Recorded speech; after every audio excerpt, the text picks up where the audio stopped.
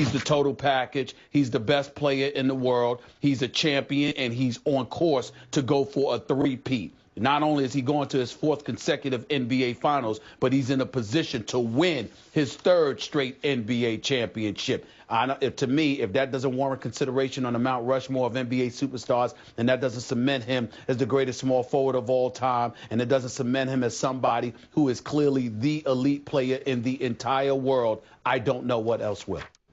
Cement him as the greatest small forward of all time. That is our own Stephen A. Smith speaking this weekend. Skip Bayless to my left. I have a question. Is he jumping out of his chair? Does this validate LeBron James as the greatest small forward ever? Okay. Stephen A. Smith, I'm going to be dead honest with you. I watched you say that live on Saturday Morning Sports Center. Is that right? I believe so. Saturday Morning Sports Center? It was. And I got to tell you, as Ernestine will attest, I lost it, man. I went crazy. Shocking. I threw a pillow at the screen. I did. I threw a pillow right at your big fat face. Your big skinny face, I guess. I went out of my mind. She said, "What are you so worked up about?" I said, do you realize what this man just said on live national television? How can we leap to that conclusion after LeBron and company had just waltzed through what I thought was the weakest Eastern Conference playoffs I can ever remember that a contender got to cakewalk through? I mean, seriously, what did they do? What did they prove? What was it, Charlotte, and then who was next? Oh, yeah, the Nets. Oh, what were left of the Nets? And then the Pacers had fallen on their faces. It was just pathetic. Meanwhile, the Spurs are really proving something because they had to fight uphill through what I thought was the toughest, deepest Western Conference playoffs I'd ever seen.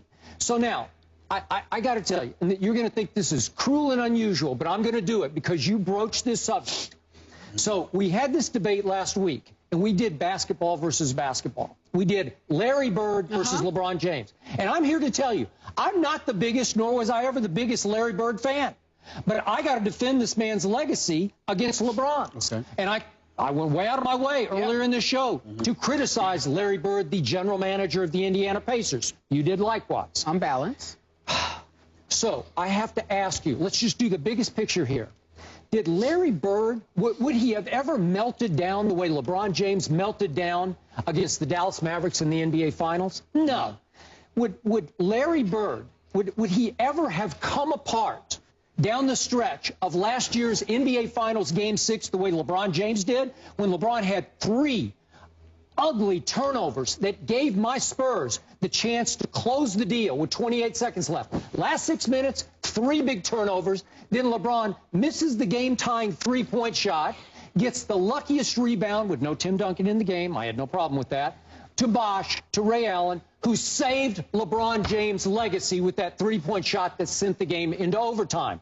And finally, would Larry Bird ever have come apart the way LeBron James did just the other night in Game 5 back in Indiana? I realize he got in foul trouble. He shot 2 for 10 in that game, and as time wound down to triple zeros, LeBron James drove down the lane with a chance to go up over Roy Hibbert, who had to move sideways into him, maybe dunk on him, maybe make the shot, at least have the guts to get fouled and go to that free throw line and make those 2 free throws to send that game to overtime. Nope, he dished to Bosh in the corner, who, of course, seemed a little taken aback by the pass and missed the shot. Would Larry Bird have ever done all of the above? I don't think so. So, to me, it's an insult to Larry Bird's legacy to leap to the conclusion off what LeBron just did in these playoffs and say, well, that cements it. LeBron James is the greatest small forward ever. We can break down the basketball again, but I'm just going to leave it in the big picture with, would Larry Bird have ever done these things that LeBron didn't do here, where he couldn't come through? I'm sorry, he would not have. The reason I don't like this kind of debate is because I don't mean to cast any aspersions on Larry Bird, because to me there are none to cast. Larry Bird is one of the all-time greats. Larry Bird is a 3-time champion, is a 3-time league MVP. Larry Bird was absolutely phenomenal. And more importantly, he was a closer.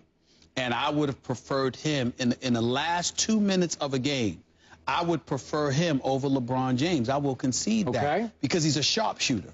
Larry Bird was a marksman. Larry Bird is the guy that showed up All-Star Weekend, launched a three-point shot in the three-point shooting contest, and before the last one went in, just put up his hand, #1, and just walked up before it even went in. I mean, Larry Bird. Do you know the story of what he said to those guys in the locker room before they went out? No. Which one? I'll just leave it. I'll leave it later. It's politically very incorrect. He basically told them, I don't even know why y'all showed up. That's correct. Why are you wasting your time? Because y'all about to get smoked. Okay. But that wasn't the language you used. Okay. No. But what I'm saying is that I understand this. But when a Mark Jackson comes out and he says what he said about LeBron James, the people who agree with him and what he said about LeBron James, what they're thinking about is not the 2 minutes or just the clutch moments. They're thinking about the 48 minutes a night over the course of 82 games and all the things winning basketball games entails. You are absolutely right when you point to LeBron James and his problems in the past as it pertained to taking the big shot. First of all, he was never as good and never will be as good of a shooter as Larry Bird was. And especially not from the free throw line, because even though Larry Bird shot in the 80 percentile, when it was money, Larry Bird didn't miss free throws. Yeah. I mean, I can count maybe 2 free throws he's missed in his career in a clutch moment. This dude never missed free throws. So if you have that kind of confidence as a marksman, of course you're the guy that I would prefer in the clutch. But there are moments that get you to the clutch moments that most people don't have the skills to take you there night in and night out. LeBron James is that dude at 6'8", at 250, with the ability to play all 4 positions on both ends of the floor offensively and defensively. You can't ignore that. What Mark Jackson is alluding to is the total package that LeBron James is, simply as a physical specimen. When we look at Kevin Durant, now obviously I was wrong. I engaged in a bit of hyperbole myself because I talked about how he could be the greatest scorer and eclipse Kareem Abdul-Jabbar. Well, that's not accurate because he'd have to play all 82 regular season games for the next 10 years while averaging 30 each season in order to eclipse Kareem Abdul-Jabbar, and that just doesn't appear to be humanly possible, okay? But we look at Kevin Durant and the offensive repertoire that he has at his disposal, and we concede that LeBron ain't him. No. But we still call LeBron the best in the world, not Durant. Why? Because of all the other things that equates to winning basketball games and that LeBron brings to the table. Bird doesn't do that. Bird wasn't as impactful defensively. I'm not saying he was a scrub, but he was not impactful defensively. Bird was a nightmare offensively because he could shoot the lights out and could take you out and could rip your heart right out of your chest because he was such a sniper, a marksman. But he didn't have the overall impact that a LeBron James had. And that's the difference. So all I'm saying is this. I was in Oklahoma City, and the writer, Darnell Mayberry, good young writer for the Oklahoman, right? I like him. He introduced me to some dude that was that's a radio host there. This dude, I mean, Lord, Kobe might as well divorce his wife and marry this dude. The way this dude loved this guy, the way this dude loved Kobe, it was ridiculous. It was ridiculous. But the dude, in all fairness to him, and I'm not knocking him because the dude's a nice guy, radio host locally, and he made very, very valid points about Kobe. Okay? And what I said was, yeah. But the problem is, it's not that Kobe don't belong on the Mount Rushmore, because he does. But when you think about Kobe, you inevitably think about MJ because they were the same. You see what I'm saying? Yeah. They were the same. And I'm saying when you think about LeBron, you don't think about in comparison to MJ or in comparison to Kobe. You think about somebody totally different. And I think about, I don't look at LeBron the way I look at Bird. When I look at Bird, I think about closure. Somebody that closes. When I think about LeBron, I'm like, damn, where can I not use him? Do I need a point guard? Do I need a shooting guard? Do I need a small forward? Do I need a power forward? Do you want to play center? I mean, he was what Magic was as a rookie when Magic played center against Caldwell Jones and Darryl Dawkins and dropped 42 to win an NBA championship. LeBron is whatever it takes. Bird is Bird. Okay. That's how I look at it. All right. Now, remember, Larry Bird, a little better rebounder than LeBron James. Yes. Because he was 6'9", so he's, let's give him an inch taller But he spent more time in the post than on the perimeter. All right, a little better rebounder. To me, he is at least in the ballpark with LeBron as a passer.